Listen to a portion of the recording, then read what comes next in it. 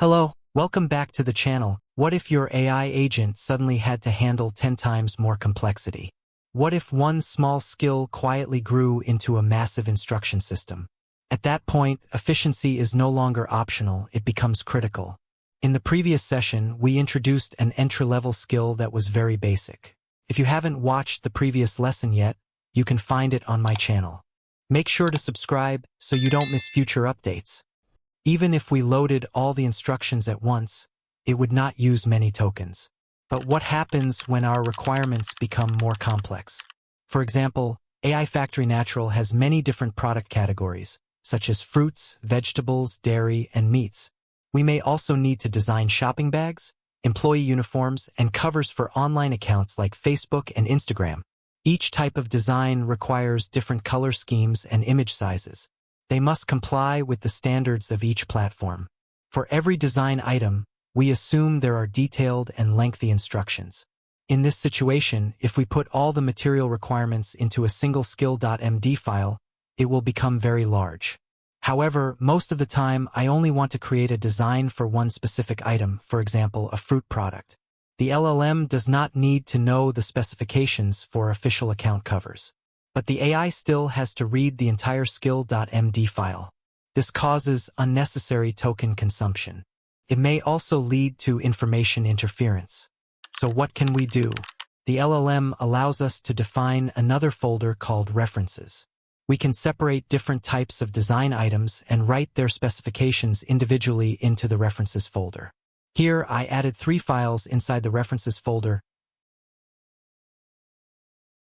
fruits-specs.md, veggie-specs.md, and social-specs.md.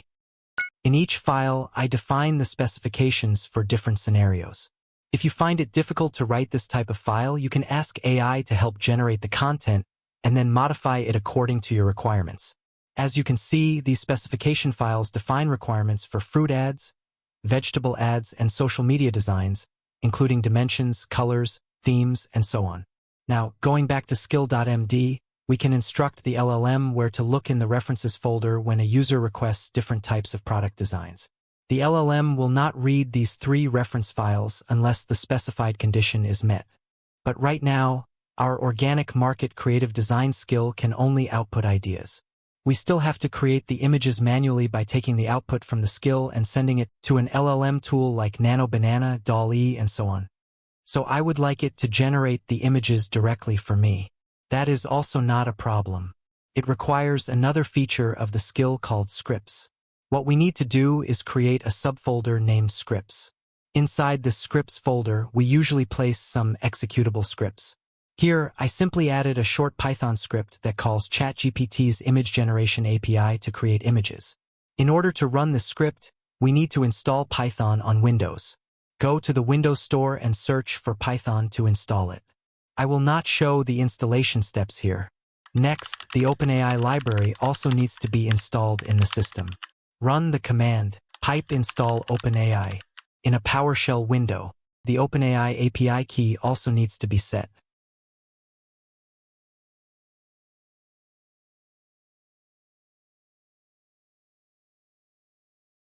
In PowerShell, run pipe install OpenAI.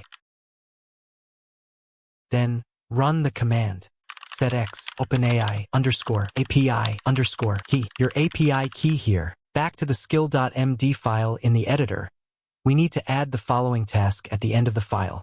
Let the LLM know that it should ask the user whether they would like to generate an image using the design ideas.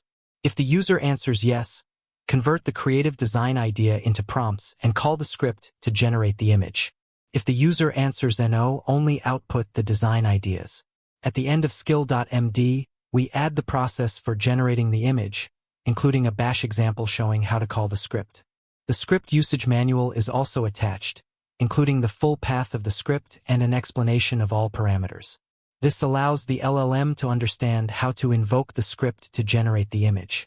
In this way, the user has the option to directly get the advertisement poster image with just one sentence.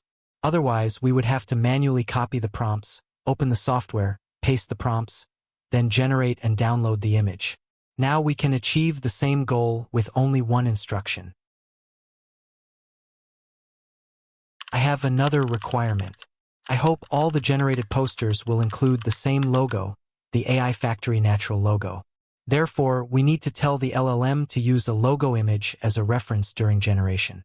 To achieve this, we need to use another feature of the skill called Assets. Let's create a new folder named Assets and copy and paste our logo image file into it. Of course, we also need to go back to the skill.md file and tell it about the logo image stored in the Assets folder. We simply need to use natural language in skill.md to describe what we want the LLM to do. Let's go back to anti-gravity and give the command, I would like to design a poster for AI Factory Natural Stores Apple. It will start working by using the organic add skill and loading the content of skill.md. It will also recognize that the design is for fruits, so it loads the fruits-spec.md file from the references folder. After generating the creative design ideas, it will ask whether you want to generate the image. If you answer yes, it will start working on the script. First, it checks whether OpenAI_API_key is set. Then it runs the script with the required parameters. At first, the sandbox environment had trouble locating the Python program, so it could not generate the image the first time. I exited Codex and tried running the Python program manually, and it worked. Then I re-entered Codex and simply asked it to install Python for me in this shell if it doesn't exist. It started installing Python. Just answer yes or 1 when it asks for your permission. You will see a pop-up window prompting you to install the Python for Windows program. It will also check the path variable in the environment and fix it so that Python can be located.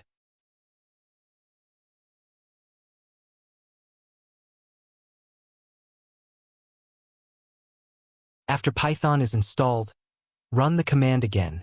I would like to design a poster for AI Factory Natural Stores Apple. Codex will repeat the process. Answer yes to generate the image.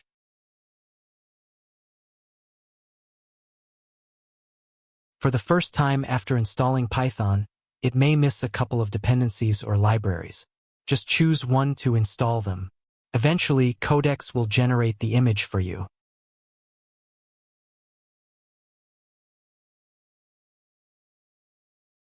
So now we have a useful skill that helps us design advertisement posters based on creative ideas. Every time, I only need to tell it which item I want to design for. The rest of the work will be done automatically by the skill. In fact, creating a skill simply means creating some files under a specified folder. The simplest skill only requires a file named skill.md, which contains the metadata and instructions. A complete skill can also include references, scripts, and assets. How do these components work together? This is the most important design of the skill, the on-demand loading 3-layer structure. The first layer is the metadata layer. This layer is always loaded. In every conversation with the AI, it checks the metadata of all skills. It then matches the conversation with a suitable skill if applicable, similar to a directory search. The second layer is the instruction layer. This layer is only loaded when the AI determines that it wants to use this skill. At that moment, it loads the full content of the skill.md file. The third layer is the resource layer. This layer includes references, scripts, and assets.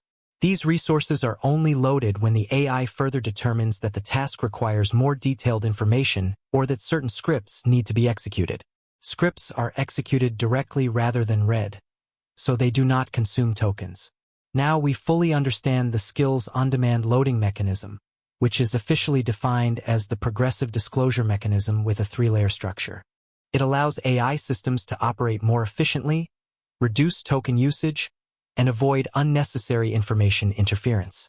With this design, we can break complex tasks into modular components and let AI automate much of the workflow.